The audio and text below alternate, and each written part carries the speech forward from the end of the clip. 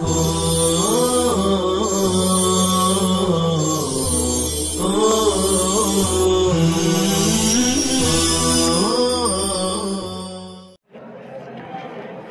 اللہ الرحمن الرحیم الحمدللہ رب العالمین والصلاة والسلام علی سید المرسلین وعلی آلہ وصحبہ الطیبین الطاہرین اما بعد باب الانفاق و کراہیت الامساک باب الانفاق اور کراہیت امساک میں خرچ کرنے کی فضیلت اور خرچ نہ کرنے کی کراہیت کو بیان کیا جا رہا ہے، چونکہ اسلام ایک ایسا دین ہے جو ہر انسان کو اعلیٰ اخلاق کی تعلیم دیتا ہے۔ اخلاق حمیدہ ہی میں سے ہے کہ ایک آدمی جو خوشحال ہو وہ دوسرے غریب، محتاج، پریشان حال کی مدد کرے، اپنی وسعت کے وقت دوسرے کی مصیبت کا خیال رکھے، ہاں اسراف اور فضول خرچی سے اجتناب کرے۔ یقیناً ایسا کرنا یہ انتہائی اعلیٰ درجے کے اخلاق کی بات ہے۔ اس کے برعکس کنجوسی کرنا، اور ایسی کنجوسی کہ جس سے مخلوق متنفر ہو جائے، یہ رذائل میں سے ہے۔ لیکن انفاق میں آپ صلی اللہ علیہ وسلم کیا خرچ کرتے تھے ان کا اپنا معیار تھا، ہر امت کے لیے وہ معیار نہیں ہے، دونوں میں فرق ہے۔ حضور اپنی ذات کے اعتبار سے ایک معیار مقرر کر رکھے تھے، بعد کے لوگ اپنے اعتبار سے خرچ کرنے کا معیار مقرر کریں۔ چنانچہ ابو ہریرہ کی روایت ہے، آپ صلی اللہ علیہ وسلم نے فرمایا کہ اگر میرے لیے احد پہاڑ کے برابر بھی سونا ہو تو مجھے یہ بات خوش کرے گی کہ مجھ پر 3 راتیں نہ گزری اس حال میں کہ میرے پاس اس میں سے کچھ بھی باقی رہے، یعنی سب میں اللہ کے راستے میں خرچ کر دوں۔ الا شیء ارصدہ لدین، سوائے اس میں سے کچھ اتنی چیز کے جسے میں قرض کے لیے روک رکھوں، یعنی اس سے قرض وغیرہ چکاؤں۔ دوسری روایت حضرت ابو ہریرہ ہی کی ہے، حضور نے فرمایا نہیں ہے کوئی دن جس میں بندہ صبح کرتا ہے مگر 2 فرشتے نازل ہوتے ہیں، ان میں سے ایک فرشتہ کہتا ہے کہ اے اللہ خرچ کرنے والے کو اس کا بدل عطا فرما، خلف یہ بدل یعنی دنیا میں اس کا عوض اور آخرت میں اس کا اجر، اور دوسرا فرشتہ کہتا ہے یا اللہ روک رکھنے والے کو خسارہ اور نقصان عطا فرما۔ مطلب یہ ہے کہ جو خرچ کر رہا ہے اللہ اس کو عوض دے، بدلہ دے، دنیا میں بھی آخرت میں بھی، اور جو نہیں خرچ کر رہا ہے یعنی خیر کے راستے میں خرچ کرنے سے رکتا ہے، بخیلی کرتا ہے، فرشتے نے بد دعا دی کہ اس کو تلف عطا فرما۔ تلف یعنی اس کا مال ہلاک ہو،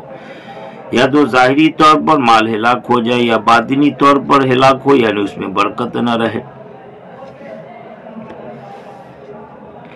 معلوم یہ ہوا کہ خرچ کرنے کی بڑی فضیلت ہے، اس پر فرشتوں کی دعا ملتی ہے، اور بخیلی کرنے پر فرشتوں کی بد دعا ملتی ہے۔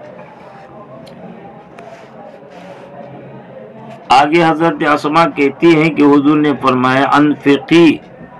کہ خرچ کرتی رہ، ولا تحسی، اور گن گن کے مت رکھ۔ ولا تحسی کا ایک مطلب یہ ہے کہ خرچ کر اور مال گن گن کر کے نہ رکھ، ورنہ فیحصی اللہ علیک، اللہ تجھے بھی گن گن کر کے عطا فرمائے گا۔ دوسرا مطلب یہ کہ خرچ کر، اور جو خرچ کر اس کو شمار نہ کر کے کتنا خرچ کیا، اس لیے کہ اس میں پھر وسوسہ آئے گا کہ بہت خرچ کر لیا، لہذا آگے خرچ کرنے سے رک جائے، ورنہ اللہ پاک بھی اپنا عطیہ روک لے گا، اپنا عطا، اپنی نوازش محدود کر دے گا۔ دونوں مطلب ہے حدیث کا، خرچ کرتی رہ، ولا تحسی، اور گن گن کے مت رکھ، یا خرچ کر کے گنتی مت کر، دونوں معنی فیحصی اللہ، کہ اللہ تیرے اوپر گنتی کرے گا، یا اللہ گن گن کے دے گا۔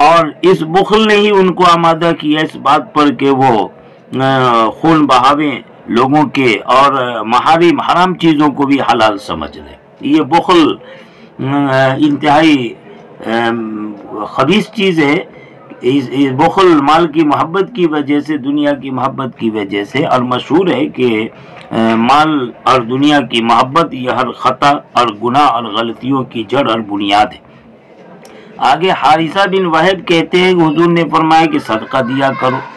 اس لیے کہ یہ صدقہ اس لیے کہ آئے گا تم پر ایک ایسا زمانہ کہ آدمی اپنا صدقہ لے کے چلے گا کہ کسی کو بانٹے، فلا یجد من یقبلھا، لیکن وہ پائے گا نہیں کسی ایسے شخص کو جو صدقہ قبول کرے،